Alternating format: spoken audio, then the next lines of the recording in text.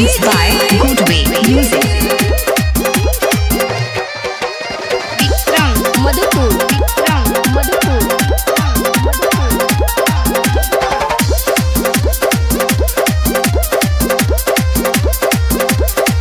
एगो सुनर लईकी ही मिल गईल, मोरा भैया के किस्मत खुल गईल। एगो सुनर लईकी ही मिल गईल, मोरा भैया के किस्मत खुल गईल। अब जाके मिलल बिया रे दादा, ढेर दिन से रहे खोजा। पहाड़पुर से जाई ऑटोहरा किशन के बारात। हाँ हाँ, पहाड़पुर से जाई ऑटोहरा भैया के बारात।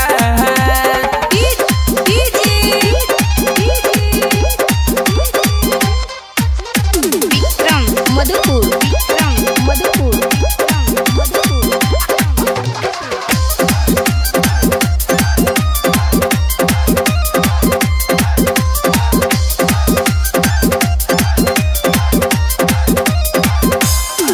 खूबे होई नो धूम धड़ाका, बात कही यार हम पाका।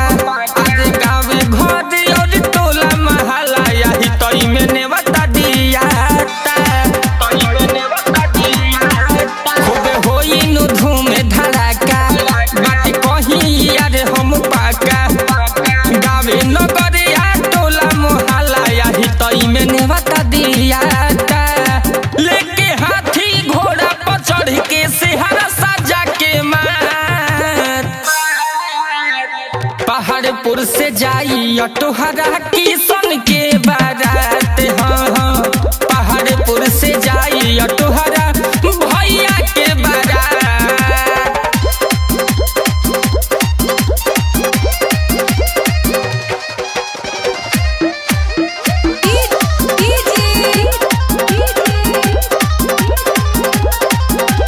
विक्रम मधुपुर सिटी माहौल में रहली भेटाइल, देखिलो कुसके वो मुस्काइल। राइटर अविनाश संगे रहले, देखी के मोती हेराइल।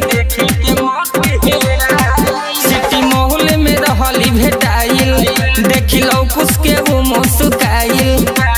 राइटर अविनाश संगे रहले, देखी के मोती हेराइल। सोनू गोविंद सरोज आई है अरविंद रंजित के साथ। पहाड़पुर से जाई ऑटोहरा किशन के बारात।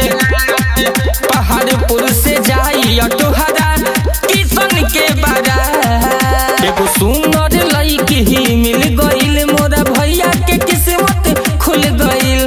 अब जाके मिलल बिया रे दादा, ढेर दिन से रहे खोजा। पहाड़पुर से जाई ऑटोहरा किशन के बारात।